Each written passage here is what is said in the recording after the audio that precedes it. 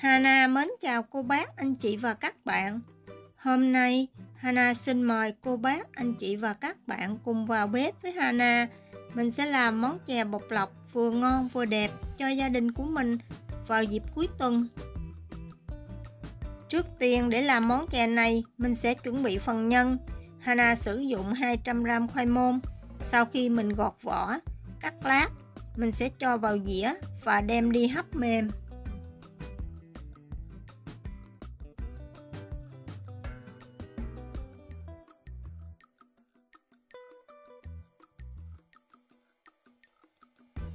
Khoai môn sau khi hấp còn nóng thì cô bác, anh chị và các bạn mình tán nhuyễn qua rây, hoặc là mình có máy cho vào xay cũng được.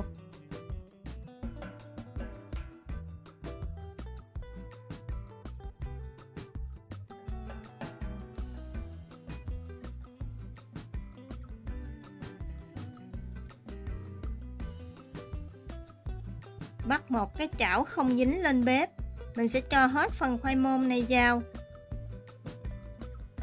Để nhân có màu tím đẹp hơn, Hana sử dụng thêm 1/4 chén nước lá cẩm. Vì bên chỗ Hana không có khoai lang tím, nếu cô bác, anh chị và các bạn có khoai lang tím, mình thay thế khoai môn cũng được. Mình sẽ vừa đun vừa khuấy ở lửa nhỏ.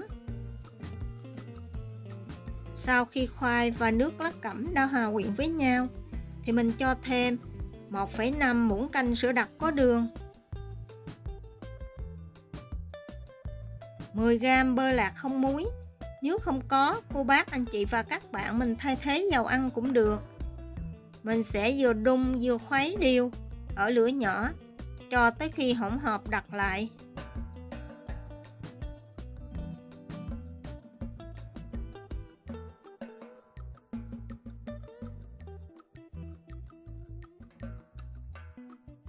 Khi khoai bắt đầu đặc lại và không dính chảo nữa thì mình sẽ tắt bếp.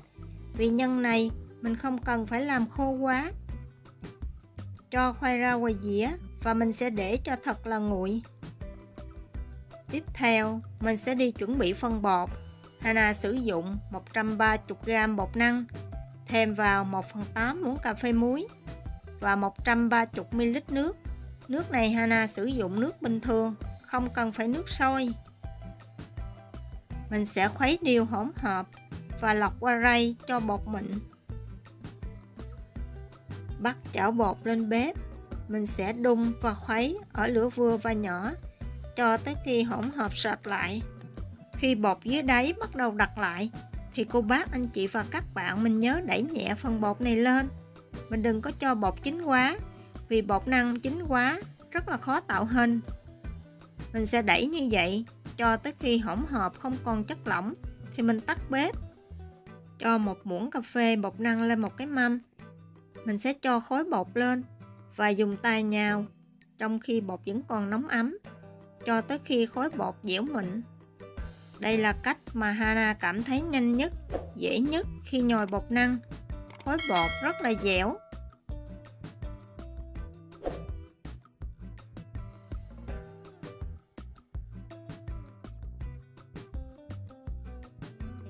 Mình sẽ dùng màng bọc thực phẩm, mình bọc khối bột lại để tránh bột bị khô và để qua một bên.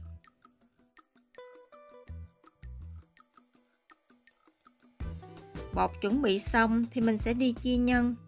Phần nhân này Hana chia khoảng 5g trên một viên. Vì nhân này mình không có để bột nên phần nhân này rất là dễ bị dính. Khi đặt lên dĩa, cô bác, anh chị và các bạn nhớ bọc màng bọc thực phẩm lên dĩa. Và đừng để những viên nhân này sát lại với nhau. Bột và nhân đã chuẩn bị xong thì mình sẽ đi tạo hình. Lấy một ít bột ra ngoài một tấm thớt. Mình sẽ lăn dài khối bột và chia khoảng 7g trên một viên.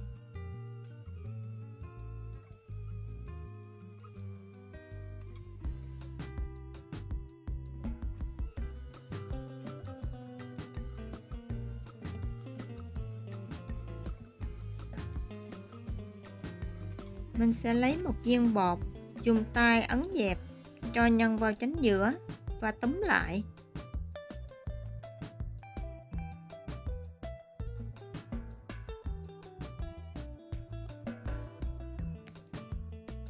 và vo lại cho tròn.